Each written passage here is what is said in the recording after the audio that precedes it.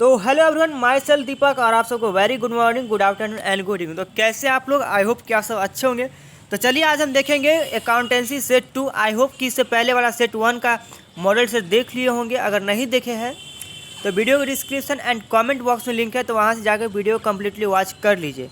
तो I hope कि आप मेरे चैनल को सब्सक्राइब एंड लाइक कर देते होंगे। अगर नहीं किए हैं तो अपने चैनल को सबसे पहले सब्सक्राइब कर लीजिए एंड बेल आइकन को प्रेस कर लीजिए ताकि मेरे चैनल से आने वाला हर नोटिफिकेशन आपको सबसे पहले मिले। तो चलिए हम स्टार्ट करते हैं सेट 2। मेरा पहला क्वेश्चन है वसूली खाता है। क्वेश्चन 1 में पूछ रहा है कि ये किस प्रकार का खाता है। वसूली खाता रियलाइजेशन अकाउंट जो है वो किस टाइप का है। ये व्यक्तिगत खाता है या नाम मात्र खाता है या फिर अवास्तविक खाता है या इनमें से कोई नहीं। तो इसका आंसर क्या होगा? तो इसका जो आंसर होगा ना, ये नॉमिनल अकाउंट है। अगर आपसे कोई पूछे कि वास्तविक खाता किस प्रकार का खाता है तो नॉमिनल अकाउंट नाम मात्र खाता है। तो चलिए क्वेश्चन नंबर 2 देखते हैं कि फॉर्म के समापन पर होने वाला व्यय को कहते हैं। जब भी कंपनी या संस्था खत्म होता है, समाप्त होता है, तो उसमें जो खर्च हमको लगता है उस खर्च को हम क्या बोलते हैं? तो जल्दी बताइए कि इसका आंसर क्या होगा। वसूली खाता, वसूली व्यय बोलते हैं या कानूनी व्यय या हानिगत व्यय या इनमें से कोई नहीं। तो इसका जो आंसर होगा ना, वसूली व्यय बोलते हैं, रियलाइजेशन एक्सपेंस बोलते हैं। क्या होगा इसका आंसर? तो इसका आंसर ए होगा। चलिए क्वेश्चन नंबर 3 देखते हैं। क्वेश्चन नंबर 3 में क्या दिए हुआ है, देखिए एक्स और वाई जेड ये 3 पार्टनर है। एक्स और वाई जेड कौन है? 3 पार्टनर अपने प्रॉफिट को 1/2, 1/3, 1/6 के अनुपात में लाभ विभाजन करते हैं। जेड की मृत्यु हो जाती है तो एक्स और वाई का नया अनुपात क्या होगा? अगर नहीं इस और क्वेश्चन ये थ्योरी टाइप का है, समझ में कुछ प्रॉब्लम हो तो मैं लिंक दे दूंगा, आप वहाँ से जाके वीडियो देखिएगा, समझ में बहुत अच्छे से आ जाएगा इस चैप्टर का। तो देखिए कि इसका आंसर क्या होगा 3 का, और पता है तो कमेंट कीजिए। वैसे इसका अगर सॉल्व कीजिएगा तो आपको इसका आंसर ए आएगा। क्या होगा? 3/2। चलिए क्वेश्चन नंबर 4 देखते हैं। निम्नलिखित मदों में से किससे चालू अनुपात की गणना में ध्यान नहीं रखा जाता है? ये जो कुछ आइटम्स दिया हुआ है इसमें से करंट अकाउंट यानी कि चालू अनुपात में गणना नहीं की जाती है या गणना में नहीं रखा जाता। किसको नहीं रखा जाता है? ए लेनदार या बी फर्नीचर या सी देनदार या बैंक अधिविकर्ष। तो बताइए कि 4 का आंसर क्या है। अगर पता है तो आप कमेंट कीजिए। तो ये फर्नीचर देख रहे हैं ना, इसको नहीं किया जाता है। इसका आंसर क्या होगा? इसका आंसर होगा बी। चलिए क्वेश्चन नंबर हम 5 देखते हैं। घिसावट या टूट-फूट के कारण अस्थायी संपत्ति मूल्य में कमी कहलाती है। देखिए अगर चैप्टर पढ़े होंगे तो आप आराम से इसका आंसर दे दीजिएगा। जब भी किसी कंपनी या संस्था में जो क्या मशीन वगैरह रहता है उसमें हाथ लगता है, समय के साथ मशीन का वैल्यू भी घटते जाता है ना, तो उस वैल्यू को घटने के लिए हम डिप्रिसिएशन अकाउंट बनाते हैं। तो इसका आंसर क्या होगा? इसका आंसर होगा ए डिप्रिसिएशन अकाउंट। तो 5 का आंसर क्या होगा? हाथ। क्या होगा? तो 5 का आंसर होगा डिप्रिसिएशन, ए होगा हाथ। चलिए क्वेश्चन नंबर 6 देखते हैं। सामान्य लाभ पर औसत का अधिक्य कहलाता है। देखिए नॉर्मल प्रॉफिट पर अधिक्य यानी कि एक्सेस इनकम ओवर एक्सपेंडिचर। सामान्य लाभ पर अधिक्य कहलाता है। क्या कहलाता है? तो बताइए कि 6 का आंसर पता है तो कमेंट कीजिए। वैसे मैं बता दूं, जब भी नॉर्मल प्रॉफिट से एक्स्ट्रा प्रॉफिट हो ना तो उसको हम बोलते हैं अधिलाभ, यानी कि हमको सुपर प्रॉफिट हुआ। उम्मीद से हमको ज़्यादा जब मिल जाए तो हमको अधिलाभ बोलते हैं, यानी सुपर प्रॉफिट हुआ यार, समझे? तो 6 का आंसर क्या होगा? 6 का आंसर ए होगा। चलिए क्वेश्चन नंबर 7 देखते हैं। वसीयतें को मानना चाहिए। तो पहले आपका यहाँ कॉन्सेप्ट क्लियर होना चाहिए कि वसीयत क्या होता है। लेजिस जिसको इंग्लिश में बोलते हैं। वसीयत उसको हम बोलते हैं जो मेरे दादा परदादा को जो संपत्ति है जो हमको प्राप्त हुआ उसको हम वसीयत बोलते हैं। तो वसीयत को मानना चाहिए। तो वसीयत हमारे लिए क्या है समझ गए होंगे तो आप बता सकते हैं आराम से कि 7 का आंसर क्या होगा। 7 का जो आंसर वो पूंजीगत प्राप्ति होगा। वसीयत में क्या होगा? हमको पूंजी ही ना प्राप्त होगा। तो इसका आंसर क्या होगा? बी होगा। चलिए आगे देखते हैं। क्वेश्चन नंबर 8 देखते हैं। साझेदारी फर्म के पुनर्गठन पर अलिखित देनदारी का लेखा करने पर होगा। तो जल्दी बताइए कि 8 का आंसर क्या होगा। वर्तमान साझेदार को लाभ, वर्तमान साझेदार को हानि। तो इसका जो आंसर होगा बी होगा। क्या होगा? वर्तमान साझेदार को हानि। आगे देखिए क्वेश्चन नंबर 9। व्यवसाय की प्रसिद्धि के मौद्रिक मूल्य को कहते हैं। अब व्यवसाय की प्रसिद्धि, ख्याति, अच्छा नाम, तो उसको हम क्या बोलते हैं? गुडविल। प्रसिद्धि बोलिए, प्रसिद्धि मौद्रिक को क्या कहते हैं? हम गुडविल बोलते हैं। क्या होगा 9 का आंसर? ख्याति। आराम से बता दीजिएगा। चलिए 9 में टिक आउट कीजिए। चलिए क्वेश्चन नंबर 10 है, बेचे गए माल की लागत, बेचे गए माल की लागत विक्रय माइनस शुद्ध लाभ होगा या विक्रय माइनस सकल लाभ होगा या क्रय। तो जल्दी बताइए कि 10 का जो आंसर होगा वो क्या होगा। तो मैं बता दूं 10 का जो आंसर होगा विक्रय माइनस सकल लाभ, सेल्स माइनस ग्रोस प्रॉफिट। टिक कीजिए, क्या होगा आंसर होगा सी होगा। चलिए क्वेश्चन नंबर 11 देखते हैं। फर्म के समापन की दशा में वसूली खाते को डेबिट किया जाता है। जब भी कंपनी समाप्त होगा उसका वसूली खाता को कहाँ डेबिट किया जाएगा, तो बेची जाने वाली सभी संपत्तियों से, all asset to be realised. तो 11 का जो आंसर होगा वो क्या होगा, 11 का आंसर ए होगा। चलिए क्वेश्चन नंबर 12 देखते हैं। साझेदारी फर्म के पुनर्गठन पर अलिखित संपत्तियों का लेखा करने पर होगा। तो जल्दी बताइए, पता है तो कमेंट कर दीजिए जल्दी से 12 का आंसर क्या होगा। वैसे बता दूं 12 का आंसर होगा बी, वर्तमान साझेदार को लाभ। क्या होगा, जो प्रेजेंट पार्टनर्स है उसको क्या मिलेगा, प्रॉफिट मिलेगा। चलिए क्वेश्चन नंबर हम 13 देखते हैं। फर्म के लिए साझेदार के आहरण पर ब्याज है। देखिए फर्म के लिए साझेदार के आहरण पर ब्याज है। क्वेश्चन कहने का कॉन्सेप्ट में अगर आप किसी भी क्वेश्चन को समझने में फोकस करते हैं ना, क्वेश्चन समझने पे, तो आपको आंसर आराम से मिल जाएगा। तो बता दूं क्या होगा, इनकम होगा, आय होगा। इसका आंसर क्या होगा, बी होगा। 13 का आंसर बी। चलिए क्वेश्चन नंबर 14 देखते हैं। एक क्लब द्वारा प्राप्त आजीवन सदस्यता शुल्क को दिखाया जाता है। लाइफ मेंबरशिप फी जो मिलता है उसको हम कहाँ एंट्री करते हैं। तो जल्दी बताइए कि 14 का आंसर क्या होगा। वैसे बता दूं 14 का आंसर होगा बैलेंस शीट में हम एंट्री करते हैं। क्या होगा, बी होगा। चलिए क्वेश्चन नंबर 15 है। समापन व्यय को वसूली खाते के किस पक्ष में लिखा जाता है। जल्दी बताइए कि 15 का आंसर क्या होगा, पता है तो कमेंट कीजिए। वैसे मैं बता दूं 15 का आंसर होगा सी होगा। किस में करते हैं, तो डेबिट पक्ष में करते हैं। चलिए क्वेश्चन नंबर 16 देखते हैं। एक गैर व्यापारिक संस्था के लिए मानदेय होता है, जिसको हॉनरेरियम बोलते हैं इंग्लिश में।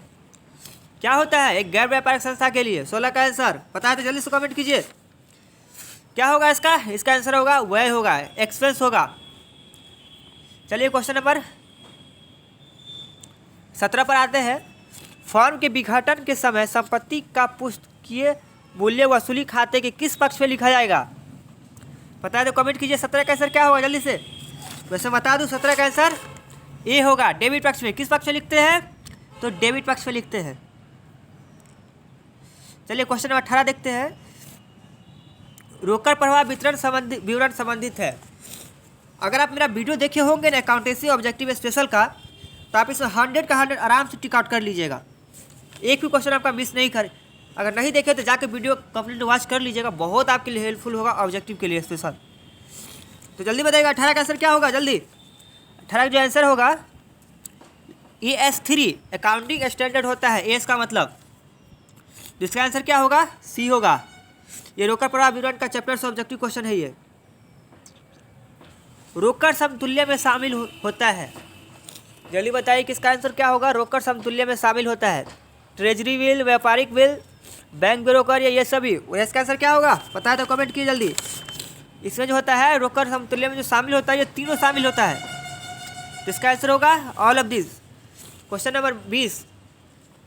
फर्म के विघटन पर साझेदार के पूंजी खाते बंद किए जाते हैं। बताइए कि फर्म के विघटन में साझेदार के पूंजी खाते बंद किए जाते हैं। कॉन्सेप्ट लगाइए, आपको आंसर मिल जाएगा। क्या होगा, बैंक ब्रोकर खाते के माध्यम से। कहाँ से बंद होगा, तो इसका आंसर होगा सी, बैंक ब्रोकर खाते के माध्यम से, bank account and cash account से। चलिए क्वेश्चन नंबर हम 21 देखते हैं। पुनर्मूल्यांकन खाता या लाभ हानि समायोजन खाता है, ये किस प्रकार का खाता है। जल्दी बताइए किसका आंसर। 21 का जो आंसर होगा वो नॉमिनल अकाउंट है। पुनर्मूल्यांकन खाता किस प्रकार का खाता है, तो ये नाम मात्र खाता। इसका आंसर क्या होगा, सी होगा 21 का। चलिए क्वेश्चन नंबर 22 देखते हैं। त्याग अनुपात निकालना पड़ता है। साझेदार के प्रवेश के समय, साझेदार के अवकाश ग्रहण के समय या साझेदार की मृत्यु के समय।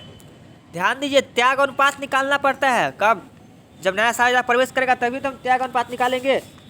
तो 22 का आंसर मेरा क्या होगा, जब साझेदार प्रवेश करता है तभी तो त्याग, अगर साझेदार प्रवेश ही नहीं करेगा तो हमको त्याग करने का क्या जरूरत है। नया साझेदार आया इसीलिए हम त्याग किए। आगे देखिए क्वेश्चन नंबर 23। वर्ष के दौरान लाभ इतना है, कितना है 20,000 है ना। वर्ष के दौरान लाभ 20,000, वर्ष के दौरान स्टॉक में वृद्धि 9,000 और देनदार में कमी हुई 5,000। सॉल्व कीजिए, वैसे आपका आंसर मिल जाएगा आराम से, ज़्यादा हार्ड क्वेश्चन नहीं है, ईजी है। वैसे बता दूं कि 23 का जो आंसर होगा वो क्या होगा। इसका आंसर होगा, सॉल्व कीजिएगा तो आपको 34,000 आएगा। कितना आएगा 34,000। इस सब क्वेश्चन का सॉल्व करके वीडियो अपलोड है मेरे, वो कम्प्लीटली अकाउंटेंसी ऑब्जेक्टिव वीडियो जो है। चलिए क्वेश्चन नंबर 24।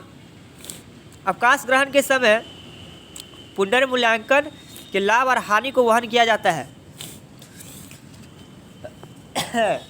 बताइए क्या होगा इसका आंसर 24 का। बताया तो कमेंट कीजिए। वैसे बता दूं कि 24 का जो आंसर होगा सभी साझेदारों द्वारा ग्रहण किया जाता है। 25। नए साझेदार द्वारा ख्याति के लिए लाई गई नकद राशि वर्तमान साझेदार में किस अनुपात में बांटी जाती है। बताइए कि 25 का आंसर क्या होगा। त्याग अनुपात में। किस अनुपात बांटी जाती है तो सैक्रिफाइसिंग रेशियो में, त्याग अनुपात में। Question number 26। निम्नलिखित में किसे वसूली खाता में हस्तांतरित नहीं किया जाता है। बताइए कि इसका आंसर क्या होगा। किसे वसूली खाते में हस्तांतरित नहीं किया जाता है 26 का आंसर। मैं बता दूं ये सभी जो है हस्तांतरित नहीं किया जाता है, all of this. Question number 27। ML तथा A 9:4:3 के अनुपात में लाभ को बांटते हुए साझेदार है। उन्होंने 96,000 की एक संयुक्त जीवन पॉलिसी ले रखी है। ए की मृत्यु है तो संयुक्त जीवन पॉलिसी ए का हिस्सा क्या है। तो जल्दी बताइए कि 27 का आंसर क्या होगा। इसके लिए आपको सॉल्व करना पड़ेगा। वैसे बता दूं कि 27 का जो आंसर होगा वो ए होगा, 18,000 निकलेगा। कितना निकलेगा 18,000। Question number 28। अंशों के अधिक मूल्य पर निर्गमित को कहा जाता है। अंशों के अधिक मूल्य पर निर्गमन को कहा जाता है। क्या कहा जाता है 28 का आंसर क्या होगा। बहुत इजी क्वेश्चन है। क्या कहा जाता है तो पूंजीगत लाभ कहा जाता है, कैपिटल गेन। क्या होगा इसका आंसर, ए होगा। क्वेश्चन आगे देखिए 29। अंश आवेदन खाता है, शेयर एप्लीकेशन है, क्या है वास्तविक खाता है, व्यक्तिगत खाता है या नाम मात्र खाता है, इनमें से कोई नहीं। 29 का आंसर बहुत इजी क्वेश्चन है। क्या है ये पर्सनल अकाउंट है, ए व्यक्तिगत खाता। Question number 30। कंपनी अधिनियम प्रावधान के अंतर्गत एक कंपनी निर्गमित कर सकती है समतांश, पूर्वाधिकारियांश, ए बी दोनों या इनमें से कोई नहीं। बताइए कि 30 का आंसर क्या होगा। क्या होगा 30 का आंसर, ए बी दोनों निर्गमित कर सकती है। क्या होगा इसका आंसर, सी होगा। चलिए आगे देखते हैं। जब जब्त अंश खाते का शेष अंशों के पुनर्निर्गमन के बाद हस्तांतरित किया जाता है। जब्त अंश खाते का शेष अंशों के पुनर्निर्गमन के बाद हस्तांतरित किया जाता है। संचय लाभ कोष में, पूंजी संचय में, लाभ हानि खाते में या इनमें से कोई नहीं। तो जल्दी बताइए कि 31 का आंसर क्या होगा। 31 का जो आंसर होगा मैं बता दूं, बी होगा, पूंजी संचय में। किससे किया जाता है, पूंजी संचय में। 32 ऋणधारी को मिलता है। अब बहुत इजी क्वेश्चन, आराम से बताइए क्या होगा। ऋणधारी को क्या मिलता है, जिसे आप ऋण लिए उसको क्या दीजिएगा आप। 32 का आंसर ब्याज देंगे ना, इंटरेस्ट देंगे ना। क्या होगा इसका आंसर, सी होगा। ऋण पत्रधारी को नहीं, ऋण पत्रधारी को कंपनी का डैश कहा जाता है। क्या कहा जाता है 33 का आंसर बताइए। क्रेडिटर, वो ऋण ही लिए हुआ है तो उसको हम क्या बोलेंगे, लेनदार ही ना बोलेंगे। 34 यदि कंपनी अधिनियम 2013 की तुलना एफ अपनाई गई हो तो अग्रिम राशि पर कंपनी द्वारा प्रतिवर्ष अधिक से अधिक ब्याज चुकाया जाएगा। तो कितना ब्याज चुकाया जाएगा, बहुत ईजी है यार, ध्यान से सोचिए, मिल जाएगा आपको आंसर 8% पर। क्या होगा इसका आंसर, सी होगा 8%। Question number 35। एक कंपनी अपने अंशों को कंपनी अधिनियम 2013 की किस धारा के अंतर्गत प्रीमियम पर जारी करती है? 35 का आंसर पता है तो कमेंट कीजिए, नहीं तो मैं बताऊंगा ही।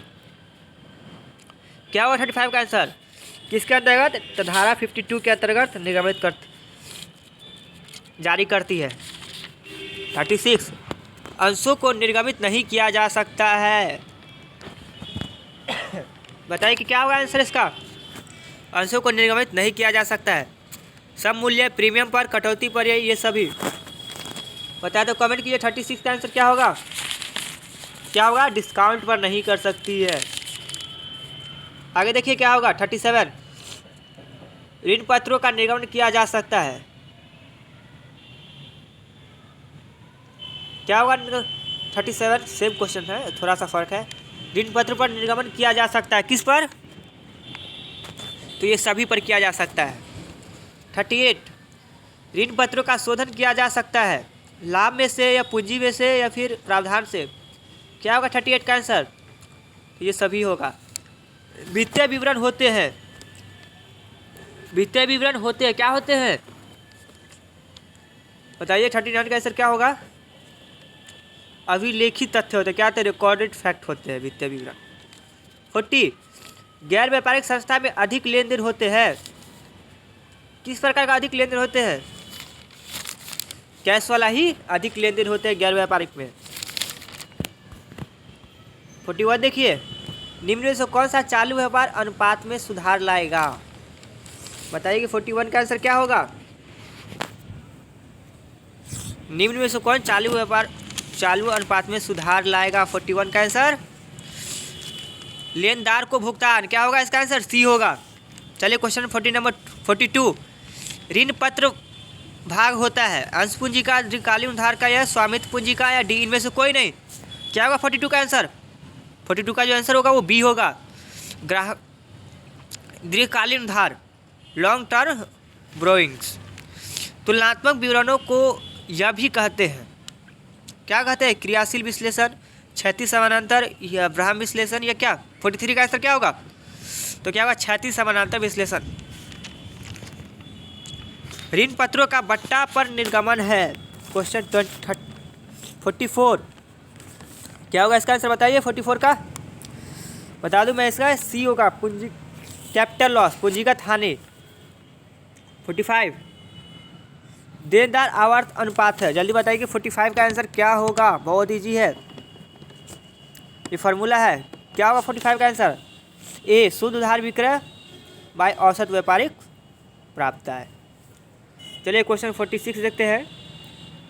परिवर्तनशील पूंजी खाते को क्रेडिट किया जाता है। बताइए क्या होगा 46 का आंसर? ऑप्शन देखिए, बताइए। इसका जो आंसर होगा इनमें से सभी होगा, वर्ष के लाभ से, पूंजी के ब्याज से, साझेदार के पारिश्रमिक से। 47 ऋण क्षमता अनुपात है। ऋण क्षमता अनुपात है, क्या है? तरल अनुपात है, क्रियाशील अनुपात है, संचालन अनुपात है, शोधन क्षमता अनुपात है। क्या होगा 47 का आंसर? तो 47 का जो आंसर होगा वो डी होगा, शोधन क्षमता अनुपात है। 48 स्टॉक आवर्त अनुपात बराबर क्या होगा?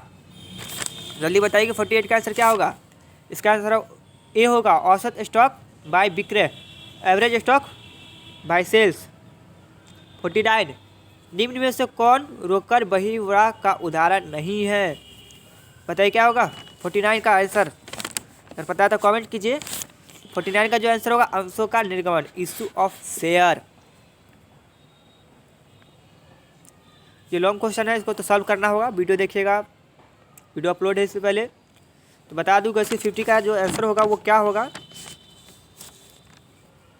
50 का आंसर आप सॉल्व करके देखिए। वैसे 1:1 होना चाहिए, क्या होगा 1:1, एक बार चेक भी कर लीजिएगा सॉल्व करके। उसके बाद आगे देखिए, कंपनी की विशेषता है, कंपनी की क्या विशेषता है? 51 का आंसर क्या होगा? 51 का होगा डी, ये सभी विशेषता है। अंशों के प्रकार होते हैं, समतांशधारी एवं पूर्वाधिकारी अंशधारी। तो क्या होगा, कितना प्रकार होते हैं? 50, तो 2 प्रकार हुआ ना, एक समता एक पूर्वाधिकार।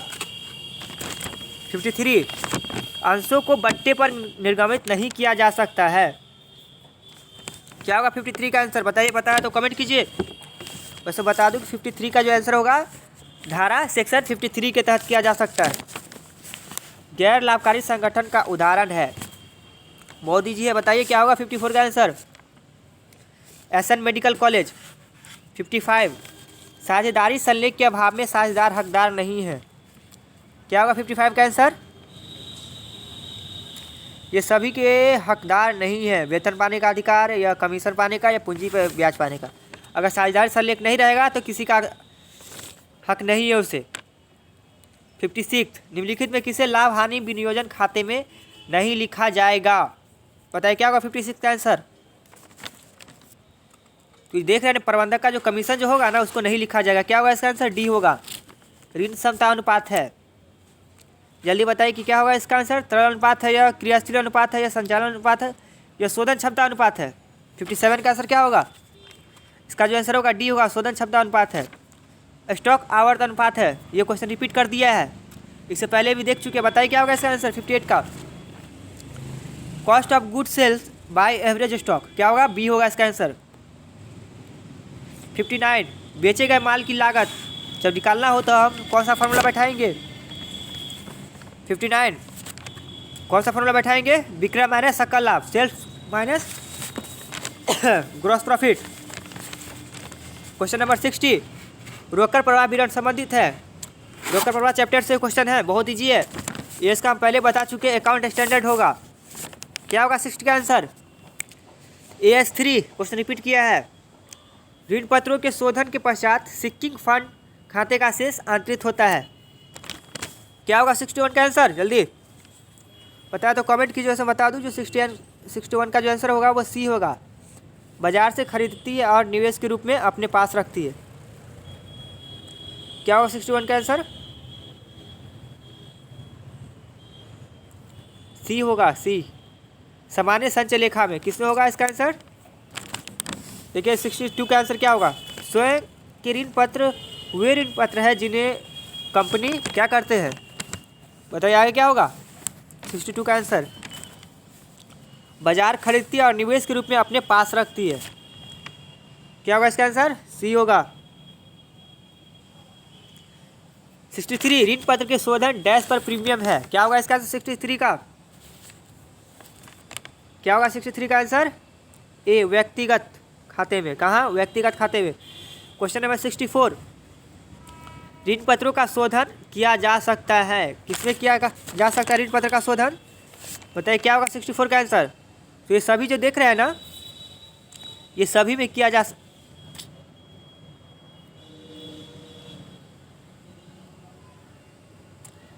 इन सभी में किया जा सकता है ऋण पत्रों का शोधन। क्वेश्चन नंबर 65 ऋण पत्रों का शोधन प्रीमियम खाता है।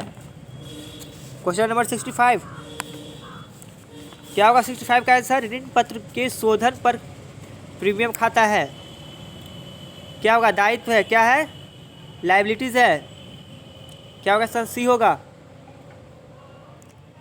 आगे देखते हैं 66 ऋण पत्र के शोधन पर प्रीमियम की व्यवस्था सामान्य डैश के समय की जाती है। क्या होगा 66 का आंसर? पता है तो कमेंट कीजिए। 66 का आंसर होगा वो आई होगा। किस पर की जाता है? इनकम पे।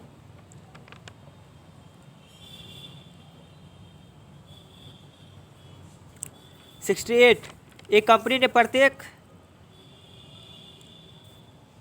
गलत हो गया। 67 का आंसर क्या होगा? वैसे बता दो 66 का जो आंसर होगा वो ए होगा।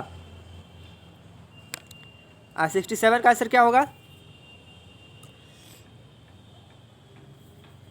67 का आंसर क्या होगा? शोधन कोष विनियोग है। शोधन कोष जो है वो विनियोग है। क्या है? कहाँ? तो इसका जो आंसर होगा संपत्ति, सी होगा। आगे देखिए 68 एक कंपनी ने प्रत्येक 100 वाले को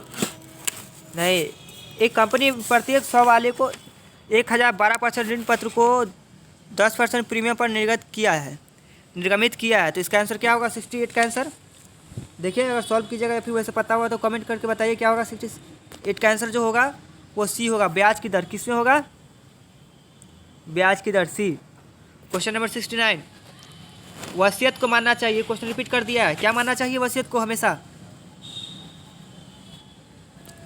क्या होगा 69 का आंसर? पता है तो जल्दी से कमेंट कीजिए। वैसे बता ही रहा हूँ। क्या होगा? ए होगा, लाइबिलिटीज होगा। क्वेश्चन नंबर 70, आय व्यय खाता बनाया जाता है, क्या होगा? किसके द्वारा बनाया जाता है आय व्यय खाता? 70 का आंसर, लाभ न कमाने वाली संस्था कौन सी खाता बनाती है? तो आय व्यय खाता बनाती है। क्या होगा इसका आंसर? सी होगा। क्वेश्चन है 71, अदर चंदे को दिखाया जाता है, यानी कि आउटस्टैंडिंग सब्सक्रिप्शन को कहाँ शो किया जाता है? 71 का आंसर, किसे शो किया जाता है? तो संपत्ति में। चलिए क्वेश्चन नंबर 72, आय व्यय खाता होता है, इनकम एंड एक्सपेंडिचर अकाउंट किस प्रकार खाता है, ये पूछ रहा है। तो क्या होगा 72 का आंसर? सी होगा। एकदम पहले बता चुके बहुत अच्छे से। अगर वीडियो नहीं देखी है तो जाकर देख लीजिए वीडियो। नॉमिनल अकाउंट है। आगे देखिए 73, यदि स्पष्टतः कुछ न दिया हो तो प्रवेश शुल्क को माना जाता है। यदि क्लियर करके नहीं दिया रहे कि प्रवेश शुल्क क्या है तो उसको हम क्या मानते हैं? क्या होगा 73 का आंसर? आएगा रेवेन्यू मानते हैं। वैसे भी अगर आपको प्रवेश शुल्क या इंटरेस्ट फी मिलेगा तो क्या मिलेगा? रेवेन्यू ही नहीं मिलेगा, आय ही नहीं मिलेगा, कैसे नहीं मिलेगा? आगे देखिए 74, निम्न में से कौन लाभ कमाने वाली संस्था नहीं है? महाविद्यालय, मारुति उद्योग या खेलकूद क्लब या हॉस्पिटल? क्या होगा 74 का आंसर? पता है तो कमेंट कीजिए। क्या होगा 74 का आंसर? सी, मारुति उद्योग। चलिए क्वेश्चन नंबर 75, पूंजीगत प्रकृति की सभी प्राप्तियाँ दिखाई जाती है, क्या कहाँ दिखाई जाती है पूंजीगत प्रकृति की सभी प्राप्तियाँ? 75 का आंसर क्या होगा? कहाँ दिखाया जाता है? स्थिति विवरण में, बैलेंस शीट में दिखाया जाता है। जो भी हमको पूंजीगत प्राप्ति होगा, एक संस्था द्वारा प्राप्त चंदा है, उसको कहाँ शो करेंगे? पूंजीगत प्राप्ति, आयगत प्राप्ति है। क्या होगा 76 का आंसर? जल्दी बताइए। 76 का जो आंसर होगा वो बी होगा। अजान हो रहा है,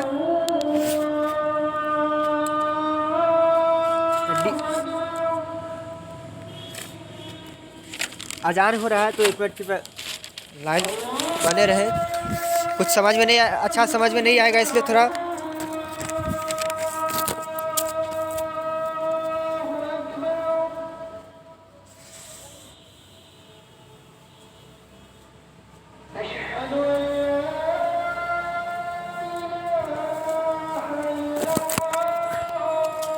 बगल में ही मस्जिद है हम लोग का, इसलिए थोड़ा दिक्कत हो रहा है। बट नॉट वरी, फिर से स्टार्ट हो जाएंगे हम। कहाँ तक देख लिए हम? 75 तक हम देख चुके हैं। अब हम देखेंगे 76 का। एक संस्था द्वारा प्राप्त चंदा है, बताइए कि एक संस्था द्वारा जब हमको चंदा प्राप्त होगा उसको हम क्या मानेंगे? 76 का आंसर क्या होगा? तो आयगत प्राप्ति मानेंगे हम। क्वेश्चन नंबर 77, निम्न में से कौन सा अलाभकारी संस्थान है? निम्न में से कौन सा लाभकारी संस्थान है? बिहार अकादमिक परिषद या टाटा स्टील या एयर इंडिया जेट एवरेज? क्या होगा 77 का आंसर? तो 77 का जो आंसर होगा वो ए होगा। चलिए क्वेश्चन नंबर 78 देखते हैं। साझेदार के आहरण पर ब्याज के लिए डेबिट किया जाता है। 78 का आंसर क्या होगा? साझेदार के पूंजी खाते, लाभ हानि खाते को या आहरण खाते में लाभ हानि नियोजन में? तो इसका जो आंसर होगा वो ए होगा। चलिए 79 देखते हैं। साझेदार की पूंजी पर ब्याज की गणना होती है, प्रारंभिक पूंजी पर या अंतिम पूंजी पर या औसत पूंजी पर या डी इनमें से कोई नहीं। तो क्या होगा 79 का आंसर? 79 का जो आंसर होगा वो ए होगा, प्रारंभिक पूंजी पर। क्वेश्चन नंबर 80, निम्नलिखित में किसे लाभ हानि विनियोजन खाते में नहीं लिखा जा सकता है? ऐसा कौन सा आइटम है जिसे हम लाभ हानि विनियोजन खाते में नहीं लिख सकते? 80 का आंसर बताइए क्या होगा? पूंजी पर ब्याज, आहरण पर ब्याज या साझेदार के वेतन या संबंध का कमीशन? क्या होगा 80 का आंसर? 80 का जो आंसर होगा, संबंध का जो कमीशन होगा हम उसको नहीं लिख सकते हैं। 81, साझेदार का चालू खाता दिखाया जाता है। साझेदार का जो चालू खाता करंट अकाउंट होता है उसको कहाँ दिखाते हैं? नाम से हो या जमा, यानी कि डेबिट बैलेंस या क्रेडिट बैलेंस हो या फिर दोनों या इनमें से किसी में नहीं। बताइए क्या होगा 81 का आंसर? 81 का जो आंसर होगा वो सी होगा। दोनों में किसको दिखाते हैं हम? आगे देखते हैं 82। यदि फर्म की कुल संपत्ति इतना है तो कुल ब्राह्म लेनदार इतना है तो पूंजी की राशि क्या होगी? क्वेश्चन सॉल्व कीजिएगा। नहीं देखे तो इस पर भी मेरा वीडियो अपलोड है, वहाँ से जाकर वीडियो देखिए अच्छे से। वैसे बता दूं जो 82 का जो आंसर होगा सॉल्व करके क्या आएगा? 3,50,000। एक फर्म में साझेदारों की अधिकतम संख्या होती है। कितना होती है एक फर्म में साझेदारों की अधिकतम संख्या? 83 का आंसर क्या होगा? 50। कितना होता है? 50। साझेदारी समझौता हो सकता है मौखिक। आइए बताइए, जो पार्टनरशिप एग्रीमेंट जो होता है वो किस प्रकार का हो सकता है? सिर्फ लिखित होगा या रिटर्न होगा या मौखिक, दोनों हो सकता है, इनमें से सभी। तो इसका जो आंसर होगा ना, इनमें से सभी होगा। 84 का आंसर क्या होगा? 84 का आंसर डी होगा, इनमें से सभी। Question number 85। पिछले 3 वर्षों के औसत लाभ के दुगुने ख्याति के मूल्य क्या होगी? 3 वर्ष इतना इतना है तो सॉल्व कीजिए, आंसर आ जाएगा, बहुत इजी वे में आ जाएगा। तो इसे बता दूं जिसका आंसर होगा 85 का वो बी होगा। चलिए क्वेश्चन नंबर 86 पे आते हैं। एकांकी व्यापार में ख्याति मूल्यांकन आवश्यक नहीं है। 86 का आंसर क्या होगा? तो डी होगा। आगे देखिए क्वेश्चन नंबर 87। डैश की प्रकृति की ख्याति का स्तर उच्च होता है। किस प्रकृति का? बताइए, बहुत मस्ती और फनी वाला क्वेश्चन है। 87 का ये डॉग, कहते हैं ना लोग कि डॉग बहुत वफादार होता है, फेथफुल होता है जानवर, इसलिए उच्च प्रकृति का स्तर का जो होता है क्या होगा? डॉग, कुत्ते। Question number 88। फर्म ने एक अनुबंध से जिसका नवीन नामकरण नहीं किया जाएगा बहुत अधिक अवास्तविक लाभ कमाया। ऐसी स्थिति में इस अनुबंध से कमाया लाभ डैश से सम्मिलित नहीं किया जाएगा। क्या होगा 88 का आंसर? जल्दी बताइए, समझिए क्वेश्चन को अच्छे से। क्या होगा? ख्याति की गणना ये अच्छे रूप से नहीं कमाया, क्या होगा? गुडविल। चलिए क्वेश्चन नंबर 89। ख्याति का मूल्यांकन पिछले 5 वर्षों के औसत लाभ के 1/2 वर्षों के क्रय पर किया जाता है। फर्म ने प्रथम 3 वर्ष में 20,000, 18,000 तथा 9,000 लाख 2 वर्षों में। तो हाँ जी, बहुत इजी क्वेश्चन है, वीडियो देखिए, वहाँ से समझिए। अगर देखे होंगे तो आराम से सॉल्व कर दीजिए। वैसे बता दूँ इसका आंसर क्या आएगा? 12,000 इसका आंसर आएगा। आगे देखिए, डैश की प्रकृति की क्षमता निम्न होती है। तो किस प्रकार की जो कस्टमर की प्रकृति होती है वो सबसे कम होती है? खरगोश। और इसकी जनसंख्या जिस हिसाब से कम हो रही है। आगे देखिए क्वेश्चन नंबर 91। जब कंपनी प्रवर्तकों को उनकी सेवाओं के लिए पूर्णतः अंश निर्गमित करती है तो रोजाना बच प्रविष्टि होगी। जर्नल एंट्री कैसा होगा? जल्दी बताइए कि 91 का जो आंसर होगा वो क्या होगा? मैं बता दूं जो 91 का जो आंसर होगा वो बी होगा, goodwill account to share capital account. 92।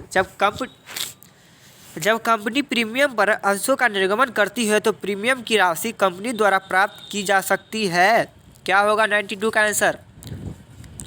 उपयुक्त में से किसी भी के साथ, यानी कि कोई भी इसका आंसर हो सकता है। अंशों का ऐसा निर्गमन जो सार्वजनिक निर्गमन नहीं है बल्कि कुछ चुने हुए व्यक्ति को निर्गमित किए जाते हैं कहलाता है। बताइए 93 का आंसर क्या होगा? अंशों का निजी व्यवस्था। क्या होगा इसका आंसर? बी। आगे 94। अंश आवेदन खाता है। अंश आवेदन खाता है, व्यक्तिगत खाता, वास्तविक खाता, नाममात्र खाता, इनमें से कोई नहीं। तो जल्दी बताइए 94 का जो आंसर होगा वो क्या होगा? व्यक्तिगत खाता, पर्सनल अकाउंट है। एक नई कंपनी अपने अंशों का निर्गमन नहीं कर सकता है। 95 का आंसर क्या होगा? तो किस पर नहीं कर सकता है? तो कटौती पर नहीं कर सकता है। तो इसका आंसर क्या होगा? ए होगा। 96। प्रतिभूति प्रीमियम का प्रयोग नहीं हो सकता है। क्या होगा 96 का आंसर? तो इसका भी आंसर होगा ए, सदस्यों को लाभांश बांटने के लिए। Question number 97। ऋण पत्रों पर कटौती के शेष आर्थिक चिट्ठे में दिखाया जाता है। क्या होगा 97 का आंसर? पता है तो कमेंट कीजिए। इसका भी आंसर ए होगा, संपत्ति पक्ष में। Question number 98। ऋण पत्रों के निर्गमन पर अधिलाभों को आर्थिक चिट्ठे में किस शीर्षक के अंतर्गत दिखाया जाता है? गैर चालू संपत्ति पक्ष में, या संचय का आधिक्य या गैर चालू या इनमें से कोई नहीं। तो बताइए कि क्या होगा 98 का आंसर। वैसे बता दूं जो 98 का आंसर होगा वो बी होगा। 99 का आंसर कंपनी के लिए अधिक मूल्य पर ऋण पत्रों का निर्गमन है। क्या होगा 99 का आंसर। लास्ट है मेरा, लास्ट सेकंड क्वेश्चन है। पूंजीगत लाभ है, क्या है सी। ऋण पत्र पर ब्याज होता है, क्या होगा जल्दी बताएं। निश्चित दर से, एक फिक्सेड रेट से। चलिए कंप्लीट होता है और आंसर के नीचे दिया हुआ है, आप यहाँ से भी देख सकते हैं और अपना चेक कर सकते हैं कि आपका कितना सही होता है। तो थैंक्स फॉर वाचिंग। और अभी तक नहीं सब्सक्राइब कर लीजिए तो सब्सक्राइब कर लीजिए, बेल आइकन को प्रेस कर लीजिए ताकि मेरे चैनल से आने वाला हर नोटिफिकेशन आपको सबसे पहले मिले। Thanks for watching.